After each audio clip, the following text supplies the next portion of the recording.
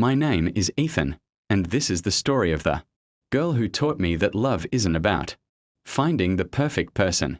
It's about finding the person who makes you want to become better. 4 years ago, I moved into a small apartment in Boston.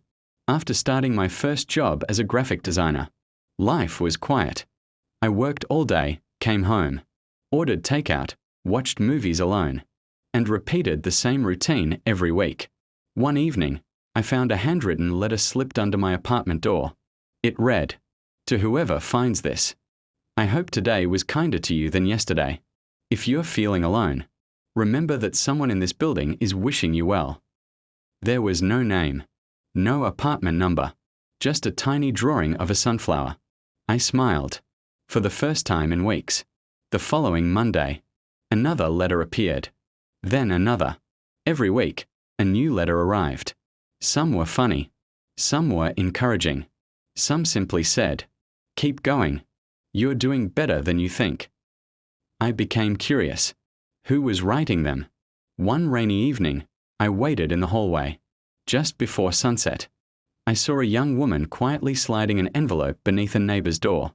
She turned around and froze when she saw me. "I'm sorry," she said nervously. "I didn't mean to disturb anyone." "Were you writing those letters?" She nodded. "My grandmother used to leave encouraging notes for strangers. After she passed away, I continued the tradition." Her name was Claire. From that day on, we started talking. Sometimes in the hallway, sometimes over coffee, sometimes during long walks through the city park.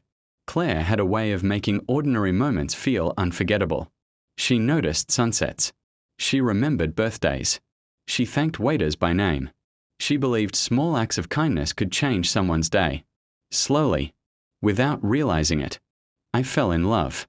One evening, while watching the city lights from a rooftop, I finally confessed, "I think I've fallen in love with you."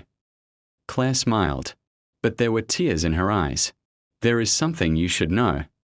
She took a deep breath. "I have a heart condition." I stayed silent. "The doctors say I may need a transplant someday. I don't know when." She looked away. "I understand if you want to leave." I gently held her hand.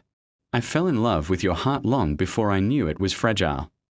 She cried, not because she was afraid anymore, but because someone had chosen to stay.